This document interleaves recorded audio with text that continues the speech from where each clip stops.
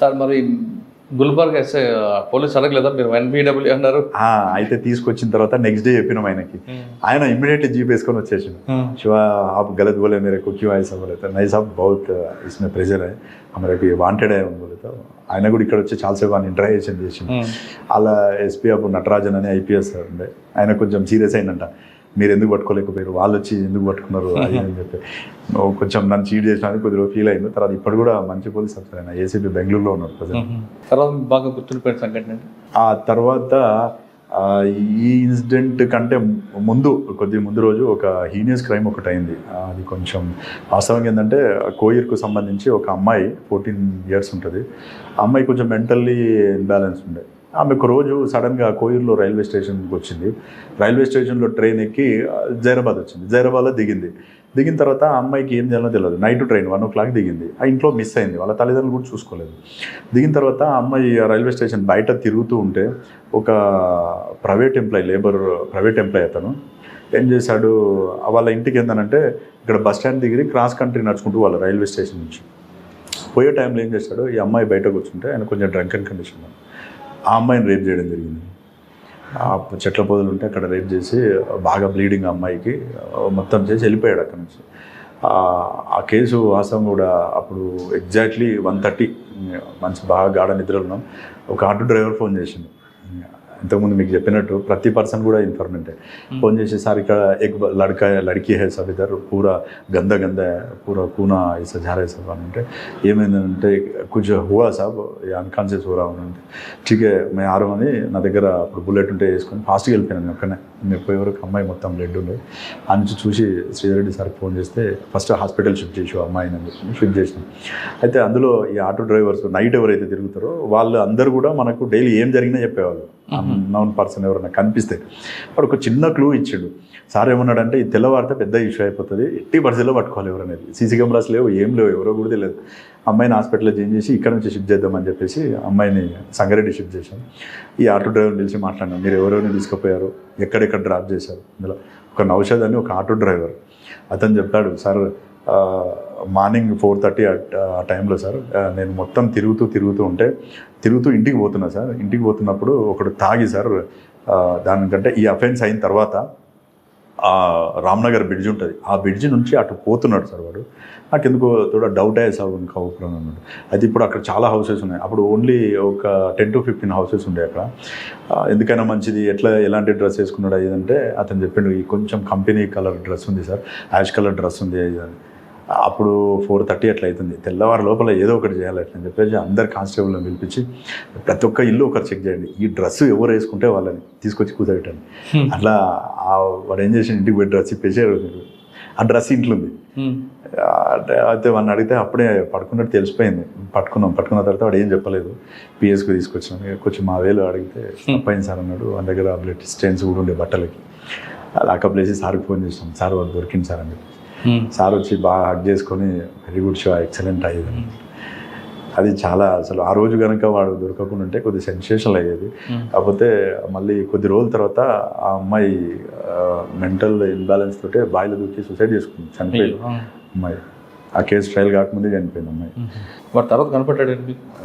ఆ తర్వాత ఇక వాడు కంప్లీట్ జైల్లో ఉండే, ఇక్కడ నుంచి వెళ్ళిపోయింది కర్ణాటక అతను. తర్వాత మీకు బాగా గుర్తుండిపోయిన కేసుగా ఆ తర్వాత ఇక్కడ జైరాబాద్కు సంబంధించి చేసిన కేసుల్లో ఇంపార్టెంట్ కేసు అని అంటే ముత్తూట్ ఫైనాన్స్ సంబంధించింది. అందులో అది చాలా కొంచెం అంటే ఎవరీ పోలీస్ ఆఫీసర్ కూడా అట్లాంటి ఆపరేషన్ అనేది ఒకటి చేస్తే చాలా అంటే వైడ్ ఎక్స్పీరియన్స్ వస్తుంది. అది ఎట్లా అంటే అందులో దాదాపు 77 kgs గోల్డ్ థెఫ్ట్ అయింది. 77 kgs గోల్డ్. ఇక్కడ ముత్తూట్ ఫైనాన్స్ అని ఇక్కడ నుంచి ఎగ్జాక్ట్లీ 1/2 kilometer దూరంలో ఉంటుంది. అందులో మొత్తం గోల్డ్ కూడా 3 చెస్ట్లు ఉంటాయి. అంటే ఈ గోద్రేజ్ లాకర్స్ పెద్దవి ఉంటాయి. అందులో అల్మారాలో ఏవైతే ఉంటాయో అరలారాలు ఉంటాయో దాని నిండా ప్రతి దాంట్లో గోల్డ్ ఉంటుంది. 100 kgs అబోవ్ గోల్డ్ ఉంటుంది. కాకపోతే 3 ఓపెన్ చేశారు. 3 ఓపెన్ చేస్తే 3 కూడా బ్యాగులు ఓపెన్ కాగానే అది 2 days ఆపరేషన్. ఎవరైతే అఫెండర్స్ ఉంటారో వీళ్ళందరూ కూడా జార్ఖండ్ స్టేట్ వాళ్ళు. ఇది యాక్చువల్గా ఈ అఫెన్స్లో చెప్పడానికి ముందు వాళ్ళు ఏం చేస్తారంటే ఈ అఫెన్స్కి ప్లాన్ చేసుకోవడానికి కారణం దేవ్ సింగ్ అని చెప్పేసి ఒక నేపాలీ గూర్ఖా ఉంటాడు. ఇతను ముంబైలో ఉన్నప్పుడు ఒక మర్డర్ కేసులో జైలుకి పోతాడు. వీడు జైలుకు పోయినప్పుడు అక్కడ దొంగతనం కేసులో కమరుద్దీన్ షేక్, రెజావుల్ షేక్, తర్వాత బహరుద్దీన్ షేక్ అని వీళ్ళు కూడా ఒక థెఫ్ట్ కేసులో జైలుకి వస్తారు, ముంబై జైల్లో. వచ్చినప్పుడు వీళ్ళందరూ అక్కడ పరిచయం అవుతారు. పరిచయం అయినప్పుడు మీరు ఎక్కడి నుంచి వచ్చారని పరిచయంతో మేము ఇట్లా దొంగతనాలు చేస్తాం అది ఇది అంటే, నువ్వేం చేస్తావు అంటే నేను గూర్ఖా చేస్తా, ఎక్కడుంటావు అది అంటే నేను ఎక్కడుంటే అక్కడనే ఉంటా అని చెప్పేసి ఫోన్ నెంబర్లు మార్చుకున్నారు ఇద్దరు. ఈ ఫోన్ నెంబర్ ఇచ్చేసుకుంటారు. వచ్చిన తర్వాత వీడు ఒక 1-2 ఇయర్స్ తర్వాత జైరాబాద్కి వచ్చిండు. జైరాబాద్లో వచ్చి ఇక్కడ గూర్ఖా నైట్ తిరుగుతుండేవాడు. తిరుగుతున్నప్పుడు వాళ్ళు ఒకసారి కాల్ చేసిరండి. కాల్ చేస్తే బహు సోనార్ అయితే ఇద్దరిది ఆ పావు ఎక్బార్ అని అంటే ఒకసారి వచ్చి చెక్ చేసుకొని పోయిరు. మామూలుగా వచ్చి చూసి 1 నెల తర్వాత ముత్తూట్ ఫైనాన్స్ ప్లాన్ చేశారు. ముత్తూట్ ఫైనాన్స్ ఎందుకు ఎంచుకున్నారండి? అయితే ముత్తూట్ ఫైనాన్స్ ఎన్నుకోవడానికి కారణం ఏంటంటే, ఈ నేపాలీ గూర్ఖా ఎవరైతున్నాడో ఇతను మార్నింగ్ టైము మొత్తం రెక్కి చేసిండు. ఎంతమంది కస్టమర్స్ ఉంటారు, ఎక్కడ గోల్డ్ పెడతారు, ఎక్కువ గోల్డ్ పెట్టేది అందులోనే ఎక్కువ మంది. అతను చెప్పిండు ఇక్కడ ఉంటే ఇందులో చేస్తే మనకు వర్కౌట్ అవుతుంది. అయితే ఈ ఎవరైతే జార్ఖండ్ వాళ్ళు ఉన్నారో వీళ్ళు విపరీతమైన హార్డ్ వర్క్ చేస్తారు. వెల్డింగ్ ఎలా చేస్తారంటే, వెల్డింగ్ స్టార్ట్ చేస్తే కంటిన్యూ 5-6 అవర్స్ కొడతారు. వెల్డింగ్ కంటిన్యూ ఓపెన్ అయిందా కొడతారు. అందులో ఒకడు రెజావుల్ షేక్ అని చెప్పేసి వాడిని మేస్త్రి అంటారు. వన్ పని ఇదే అన్నట్టు. అక్కడ బ్రిడ్జెస్ కట్టేటప్పుడు అతను చెప్తున్నాడు 4 days 5 days కూడా సార్ మాకు అలవాటు, కంటిన్యూ చేసేస్తాం సార్, కొద్దిసేపు పడుకుంటే చాలు మళ్ళీ కంటిన్యూ వెల్డింగ్ చేస్తాం సార్ మేము. అట్లా ఏం చేశారంటే గ్యాస్ సిలిండర్స్ టోటల్ వీళ్ళు జార్ఖండ్ నుంచి ట్రైన్లో తెచ్చుకున్నారు. తెచ్చుకొని ఫస్ట్ ఫ్రైడే నైట్ వస్తారు. వచ్చి ఈ ఎవరైతే ఈ గూర్ఖా ఉన్నాడో వాళ్ళ ఇంట్లో స్టే చేస్తారు. Second Saturday holiday. Second Saturday night back side నుంచి డోర్ ఉంటుంది, చెక్క డోరు. ఆ డోర్ బ్రేక్ చేసుకొని లోపలికి వెళ్ళిపోతారు. లోపలికి వెళ్ళిపోయి 10 o'clock అఫెన్స్ స్టార్ట్ చేస్తారు. అఫెన్స్ స్టార్ట్ చేసి మార్నింగ్ 5 o'clock వరకు ట్రై చేస్తారు, కానీ ఓపెన్ కాలే. మళ్ళీ నెక్స్ట్ డే వస్తారు, సేమ్ 10 o'clock వచ్చేసి మళ్ళీ స్టార్ట్ చేస్తారు. గ్యాస్ సిలిండర్స్ సఫిషియెంట్ ఉన్నాయి వాళ్ళ దగ్గర. కంటిన్యూ కొడుతుంటే మార్నింగ్ 3:30-4 మధ్యలో ఓపెన్ అయిపోయింది. ఓపెన్ అయితేనే 5 bags మొత్తం ఒక్కొక్కటి 15 kgs వరకు కొట్టే బ్యాగ్స్ అన్ని ప్యాకెట్స్ నింపుకొని వెళ్ళిపోతుంటారు. వెళ్ళిపోతుంటే అందరూ బయటకు వచ్చారు. బస్ స్టాండ్ దగ్గరనే. బస్ స్టాండ్ దగ్గరికి వచ్చేసి బస్ స్టాండ్లో బస్ ఎక్కి ఇక్కడ నుంచి ఎంజీబీఎస్కి పోతారు. ఎంజీబీఎస్కి పోయి అక్కడ బస్సు దిగిపోతున్నప్పుడు మొత్తం 5 బ్యాగులు నింపుకొని పోతుంటారు. లాస్ట్కి వచ్చేవాడు అశోక్ శర్మ అని ఒక అఫెండర్. అందులో అతను కొంచెం వెనకబడతాడు. వెనకబడ్డప్పుడు వెనకాల నుంచి అక్కడ పోలీస్ అవుట్ పోస్ట్ ఉంటుంది కదా, డౌట్ వచ్చేసి ఆగు అంటుంటే వాడు బ్యాగ్ వదిలిపెట్టి పారిపోతాడు. ఆ పారిపోయే క్రమంలో ఈయన పర్సు పడిపోతుంది. ఆ పర్సులో ఒకటి ఉద్వా బ్రాంచ్కి సంబంధించింది, సాహిబ్గంజ్ డిస్టిక్ ఉద్వా బ్రాంచ్ అని ఒకటి ఉంటుంది. ఆ ఉద్వా బ్రాంచ్లో వీని అకౌంట్లో ఒక 5,000 రూపీస్ అమౌంట్ వేసినట్టు ఒక స్లిప్ దొరికింది. ఆ స్లిప్ దొరికితేనే ఆ స్లిప్పు అది ఏదైతే ఉందో అక్కడ కన్సర్న్ పోలీసులు చూస్తే ఆ చిట్టీల పైన ఏవైతే స్లిప్స్ ఉంటాయి కదా, జైరాబాద్ ముత్తూట్ అని వచ్చింది. అఫ్జల్గంజ్ ఇక్కడ అఫెన్స్ అయింది, అక్కడ అది అయింది. యాక్చువల్గా అప్పుడు నాకు మ్యారేజ్, నేను సెలవులో ఉండే, నరేందర్ సార్ ఉండే. దాన్ని మొత్తం సీన్ ప్రొటెక్ట్ చేసి డిఎస్పీ గారిని పిలిపించి ఇదంతా చేసిన తర్వాత అక్కడికి పోయి అఫ్జల్గంజ్ పోలీసుని అడిగితే మేము ఇట్లా డైరెక్ట్ చేయడానికి లేదు, 102లో కోడ్ డిపాజిట్ చేస్తాం తీసుకున్నానంటే ఓకే అని చెప్పేసి వాళ్ళు వేసారు. అశోక్ శర్మ ఒకటి దొరికిండు. వాడిని ఇంటరాక్షన్ అఫ్జల్గంజ్లోనే దొరికింది. అఫ్జల్గంజ్ పోలీసు పట్టుకున్నాడు. వాడు అసలు నోరే విప్పాడు, నాకేం తెలియదు అంటాడు, మాట్లాడాడు, ఏం చెప్పలే. సరే అని చెప్పేసి అట్లే పెట్టేసారు. ఆ ప్రాపర్ డిపాజిట్ చేశారు. ఆ తర్వాత భీమ్రెడ్డి సార్ ఉండే అప్పుడు, ఇప్పుడు ఏసీ భీమ్రెడ్డి సార్ సిసిఎస్లో ఇన్స్పెక్టర్ ఉండే, ఇప్పుడు సార్ ఏసీపీ పటంచెరు ఏసీపీ కూడా వేశారు. ఫస్ట్ ఆ కేసులో Narender sir and Bhim Reddy sir ఇద్దరు కూడా ఇక్కడ నుంచి జార్ఖండ్ వెళ్ళి ఆ ఏరియా మొత్తం చూసుకున్నారు. కానీ అఫెండర్ లిఫ్ట్ చేయడం చాలా కష్టము అని చెప్పేసి వచ్చి అప్పుడు షిమ్ముషి బాజ్పేయి మేడం ఐపీఎస్ ఎస్పీ గారు ఉండే, మేడం చెప్తే సరే అని చెప్పేసి ఊరుకున్న తర్వాత అప్పుడే ఎలక్షన్స్ వచ్చినాయి, మళ్ళీ 2014 ఎలక్షన్స్. ఆ ఎలక్షన్లో బిజీ అయిపోయినాం. ఆ అఫెన్స్ మాత్రం అట్లే ఉంది. ముత్తూట్ వాళ్ళు బాగా ప్రెజర్ పెడతారు, ఎట్లనే కేసు డిటెక్ట్ చేయాలని. 6 months అయిపోయింది. అప్పుడు స్టార్ట్ చేసాం 6 months తర్వాత ఏం చేద్దామని. మొత్తం ఫైల్ అంతా తీసుకొని స్టడీ చేస్తే మెయిన్ మనకు క్లూ ఏంటంటే, ఆ బంగారం దొరికిందనుకంటే వాడిని అడిగితే ఏమీ చెప్పాడు అశోక్ శర్మ. అసలు ఈ అకౌంట్ నెంబర్ ఏందని చెప్పేసి నేను శ్యామల వెంకటేష్ సార్ ఇద్దరమే పోయినాం. జార్ఖండ్ పోయాం, సాహిబ్గంజ్ డిస్టిక్ పోయి అక్కడ నుంచి ఉద్వా బ్రాంచ్కి పోయినాం. ఉద్వా అనేది ఒక ప్లేస్, అది ఆడ పోయి బ్యాంక్ మేనేజర్ని కలిస్తే ఆయన రిక్వెస్ట్ చేసాం, ఈ అకౌంట్ ఎవరిది అంటే చెప్పిండు, ఇట్లా పలానా అశోక్ శర్మది అది అని చెప్పిన తర్వాత మన ఇల్లు అన్నీ ఐడెంటిఫై చేసాం. ఒక చిన్న రిక్వెస్ట్ చేసినాం, సార్ ఈ అకౌంట్లో ఇది ఇట్లే రన్ చేయండి, దీన్ని డిస్టర్బ్ చేయకండి, కొంచెం నా పర్సనల్ నెంబర్ పెట్టండి అందులో రిక్వెస్ట్ చేసి పెట్టను అన్నాడు. అంటే అక్కడ నుంచి పోయి ఆ సాహెబ్గంజ్ డిస్ట్రిక్ట్ ఎస్పీని కలిసి లీడ్ బ్యాంక్ మేనేజర్కి ఫోన్ చేయించినాం. ఫోన్ చేపిస్తే వీళ్ళు తెలంగాణ ఆంధ్రప్రదేశ్ నుంచి వచ్చారు, వీళ్ళకి ఎట్టి పరిస్థితుల్లో మీరు సాయం చేయాల్సిందంటే ఆయన సరైన కన్సర్న్ మేనేజర్ చెప్తే మళ్ళీ 3 days తర్వాత పోయి ఆయనను కలిస్తే ఆయన అకౌంట్లో నా పర్సనల్ నెంబర్ యాడ్ చేసిండు. అయితే వీడు అఫెండర్ దొరికిన తర్వాత మెయిన్ అఫెండర్ ఎవరైతే ఉన్నారో కమరుద్దీన్ షేక్, ఆ ఏటీఎం కార్డు అకౌంట్కి సంబంధించింది వాడు వాడుతాడు. వానికి ఏంటనంటే వాడు డబ్బులు ఉంటే సరే ముంబైకి వచ్చేస్తాడు, ఈ లేడీస్ బార్లు ఏవైతే ఉంటాయో బార్లో బాగా ఎంజాయ్ చేస్తాడు, విపరీతం ఎంజాయ్ చేస్తుంటాడు. అట్లా ఒక 2 months తర్వాత ఒకరోజు సాయంత్రం పూట 7:30 టైంలో ఒక మెసేజ్ వచ్చింది నాకు మొబైల్కి, నిఖితా బార్ అండ్ రెస్టారెంట్లో వాడు స్క్వైప్ చేసినట్టు 2000 రూపీస్ స్క్వైప్. 2 నెలలు వాడలేదు వాళ్ళే ఆ స్క్వైప్ చేసిండు. స్క్వైప్ చేయగానే మెసేజ్ వస్తానే ఆ మెసేజ్ ఇమ్మీడియట్లీ సీఏ గారికి చెప్తే తిరుపతన్న సార్ డిఎస్పీ ఉండే అప్పుడు తిరుపతన్న సార్ చెప్తాను ఏం చేస్తాం అన్నాడు. మీరు పర్మిషన్ ఇచ్చి వెళ్ళిపోతాం సార్ అన్న. ఓకే వెళ్ళిపో అన్నాడు. 4 కానిస్టేబుల్స్ అని ఏమాత్రం ఆలోచించాలి. ఇమ్మీడియట్లీ వెళ్ళిపోయాను ముంబై పోయి అది మొత్తం జస్ట్ నెట్లో చూసుకునే, మాకు ఏం తెలియదు అసలు అది ఎక్కడ. మొత్తం సెర్చ్ చేస్తే ఆ పన్వేలి ఏరియాలో నిఖితా బార్ అండ్ రెస్టారెంట్ అని ఉంది. ఒకటి ఐడెంటిఫై 2 days పట్టింది దానికి. ఆడికి పోయిన తర్వాత అది 7 o'clock ఓపెన్ అవుతుంది బారు, 9 o'clock క్లోజ్ అవుతుంది. ముంబైలో అన్ని బార్లు కూడా 7కి ఓపెన్ అయ్యి 9 క్లోజ్ అయిపోతాయి లేడీస్ బార్లు అన్నీ. అయితే వాడు పోతే ఒక సంగమేష్ అని ఒక మేనేజర్ని పట్టుకొని వానికి కొన్ని డబ్బులు ఇచ్చినాం, ఒక 5,000 రూపీస్ ఇచ్చేసి అప్పటికి ఈ పలానా నెంబరు పర్సన్ ఇట్లా ఈ పేరు మీద వస్తాయని చెప్పేసి అన్న ఫేస్బుక్ ఉండే మనకి, ఆ ఫేస్బుక్ ద్వారా ఫోటో తీసుకున్నాం. చూపిస్తే వాడు ఐడెంటిఫై చేసి ఎస్ ఈ పర్సన్ వస్తాడు సార్, అప్పుడప్పుడు వచ్చి బాగా ఎంజాయ్ చేసిపోతాడు సార్, డబ్బులు విపరీతంగా చదువుతాడు అది అని చెప్పిండు.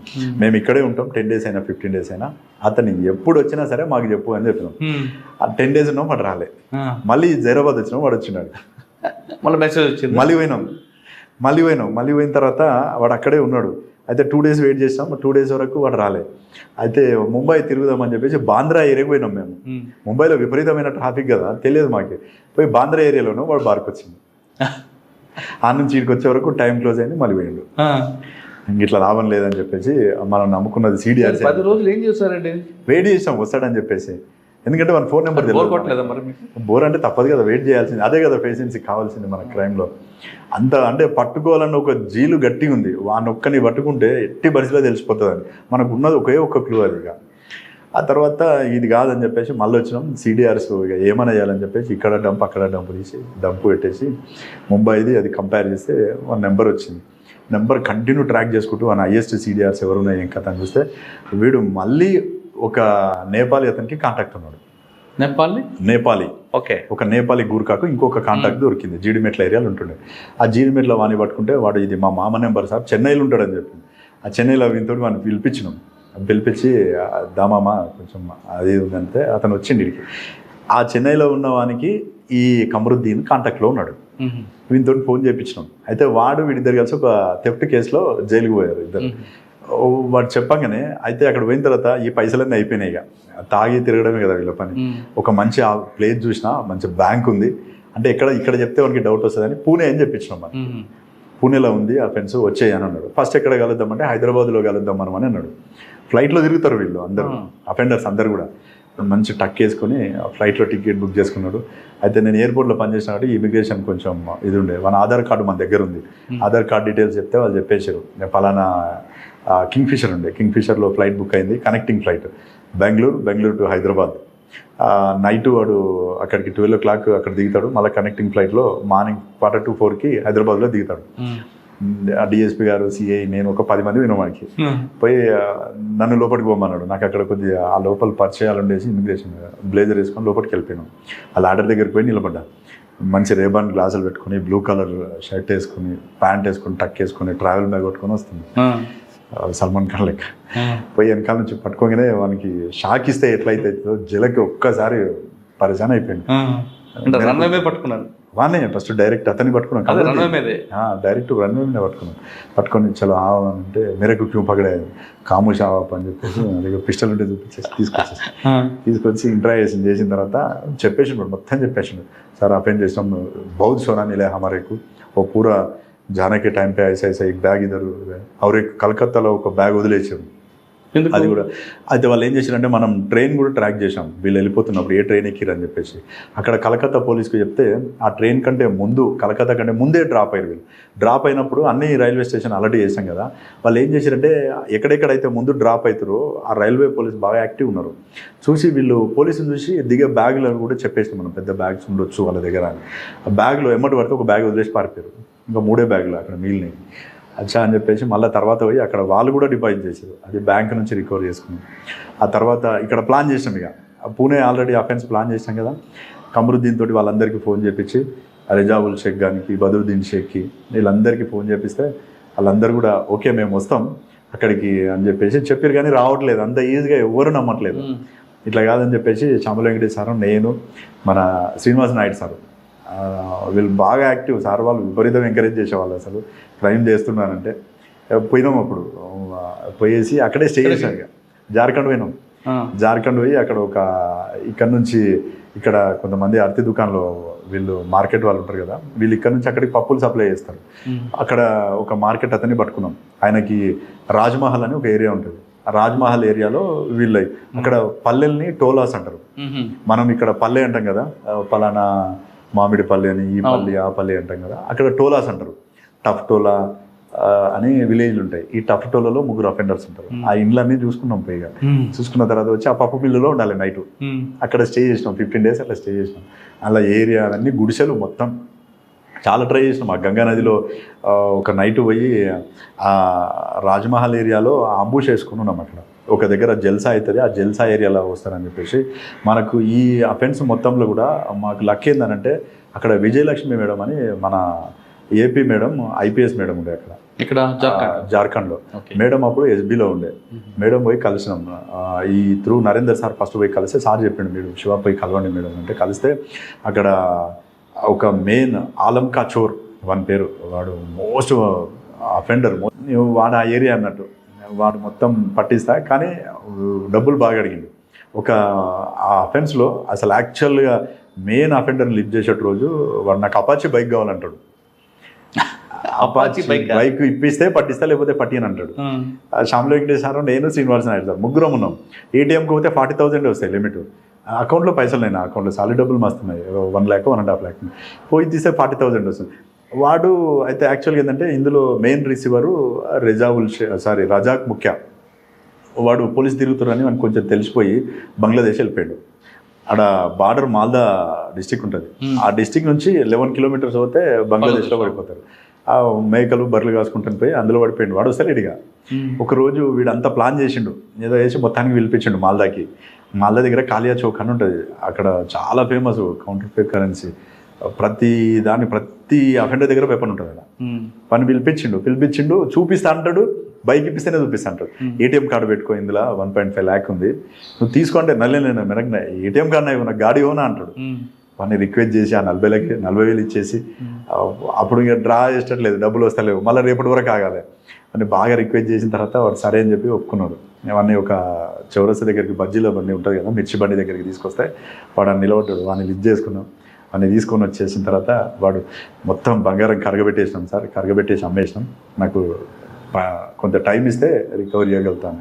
ముత్తూట్ వాళ్ళని పిలిపించేసి వాళ్ళతోటి మాట్లాడిన తర్వాత మొత్తం ఒక గోనె సంచి ఉంటుంది కదా, గోనె సంచి నిండా పైసలు తీసుకొని వచ్చి, ఇన్ని డబ్బులు వస్తాయి సార్ అంటే, ఇది కాదు మాకు కావాల్సింది బంగారం, నువ్వు ఎక్కడ పెట్టు అంటే, ఈ డబ్బులు పెట్టి నేను తీసుకురాగలుగుతా అంటే. ఫస్ట్ డబ్బులతో మేనేజ్ చేద్దాం అనుకుంటే ఎవరిని, ముత్తూట్ వాళ్ళని. వాళ్ళు లేదు, పోయినా గోల్డే కావాలి, ఇంటాక్ట్ ప్రాపర్టీ అంటే. వాళ్ళు మళ్ళీ పోయి ఎక్కడైతే అమ్మిరో ఆ సోనార్ అంటారు వాళ్ళని, ఈ సాంగ్లీ డిస్టిక్ వాళ్ళు అక్కడ బంగారం కరగబెడతారు. వాళ్ళకి పోయి ఇచ్చిన డబ్బులు ఏదైతే రిటర్న్ ఇచ్చేసి మళ్ళీ ఆ గోల్డ్ అంతా కూడా రికవరీ ఇచ్చారు. టోటల్ ఆ కేసులో ఏంటంటే ఫ్లైట్లో ఒక అతన్ని లిఫ్ట్ చేయడం జరిగింది, గంగానదిలో చేజింగ్ జరిగింది, నాగ్పూర్ నుంచి పూణే వరకు. మిగతా అఫెండర్స్ వచ్చేటప్పుడు మా తుఫాన్ వెహికల్ తీసుకున్నాం. ఆ తుఫాన్ వెహికల్ తీసుకొని ఆ అఫెండర్ ఒక వెహికల్ ఏమో తుఫాన్ వెహికల్ ట్రాక్తో పాటు వచ్చేస్తుంటుంది, ఎక్కడెక్కడైతే రూట్ ఉందో ఆ రూట్ పట్టుకొని ఒక 10 మంది ట్రైన్లో ఎక్కినాం నాగ్పూర్లో దీపావళి ముందు రోజు. ఆ అఫెండర్స్ని ఐడెంటిఫై చేయాలి, ఏ బోగిలో ఉన్నారని చెప్పేసి. వీనికి మొత్తం మాస్క్ వేసేసి కమరుద్దీన్ గారికి అఫెన్స్ కోసం వచ్చిన ఒక బోగిలో ఉన్నారు 15 మంది విత్ సిలిండర్స్ తీసుకొని వచ్చారు, మొత్తం 4 బ్యాగుల్లో. ఐడెంటిఫై చేసిన తర్వాత వీళ్ళందరూ ఇందులో ఉన్నారని, ఆ బోగి మొత్తం మనకు కావాలి, ఏం చేద్దామని చెప్పి ఆ టీసీని పిలిచినాం. పిలిచేసి ఆయనకు 5,000 ఇచ్చేసి భోగి ఏమైనా చేసుకో అన్నాడు. అవునా? పాసెంజర్ ప్యాసింజర్ ఉండగానే వాళ్ళందరినీ కాల్ చేపించి వేరే బోగిలకు పంపించేసి ఎవరైతే ఒక నా మొత్తం 1 సెటప్ ఉంటుంది కదా, ఆ సెటప్లో ఉన్న వాళ్ళందరినీ క్లోజ్ చేసినాం. అందరినీ కూర్చోబెట్టి చేతులన్నీ కట్టేసి లిఫ్ట్ చేసి తీసుకొని వచ్చిన తర్వాత రికవరీ అందులో 36 kgs వరకు రికవరీ అయింది అప్పుడు గోల్డ్.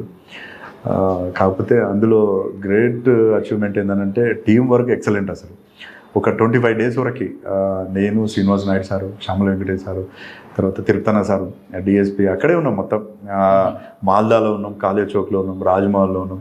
రోజు బోట్ వేసుకొని తిరిగేది. గంగా నది చాలా స్పీడ్ ఉంటుంది కదా. మాల్దా నుంచి సాహిబ్గంజ్ డిస్టిక్ 50 kilometers. అటు పోతే మనం బై రోడ్ పోతే 100 kilometers అవుతుంది. కాబట్టి ఇటు పోయేది తొందరగా పోవడం కోసం. ఆ విధంగా ఇన్ఫర్మేషన్ కలెక్ట్ చేసి కాకి మూవీ చూస్తే ఈ ఆపరేషన్, కాకి మూవీ చాలా చిన్నది, ఇది చాలా పెద్ద ఆపరేషన్ అనిపించింది. సార్ దీంట్లో చాలా ఖర్చు అయింది కదా, ఖర్చును ఎవరు భరించారు? యాక్చువల్గా మొత్తం అప్పుడు వాడిన దానికి ఫస్ట్ నేను పెట్టుకున్నాను టోటల్ అమౌంట్ దాదాపు 3.5 lakhs. తర్వాత వాళ్ళు ఇచ్చిర్రు ఆ అమౌంట్ ఏదైతే ఉందో, ఎస్పీ గారు పిలిపించి టోటల్ అమౌంట్ ఇంత ఖర్చు అయింది అంటే ఆయన పిలిపించి లిటరల్గా అయింది, జెన్యున్గా చెప్పడం జరిగింది. మొత్తం అమౌంట్ వాళ్ళు ఇచ్చారు, ఖర్చు అయింది. కానీ పోయింది 77 kgs, వచ్చింది 36 kgs. అయితే 36 kgs రికవర్ కావడానికి కారణం ఏంటంటే ఇందులో నేపాలీ గ్యాంగ్ 50% జార్ఖండ్ గ్యాంగ్. ఈ నేపాల్ గ్యాంగ్ ఎవరైతే ఉందో దేవ్ సింగ్ వాళ్ళ తమ్మునికి ఇచ్చి మొత్తం ప్రాపర్టీ ఇచ్చి పంపించేసిండు. వాడు పోయి నేపాల్లో పోయిండు. వీళ్ళ దగ్గర ఏదైతే ప్రాపర్టీ ఉందో అది మొత్తం రికవర్ చేసాం. ఆ నేపాల్ ఇప్పటికి కూడా దొరకలేవాడు, ఆ ప్రాపర్టీ తీసుకొని పారిపోయింది. అందులో ఇంకొకటి కూడా ఏంటంటే గోద్రేజ్ లాకర్ ఎక్కడ ఓపెన్ కాదని చెప్పారు.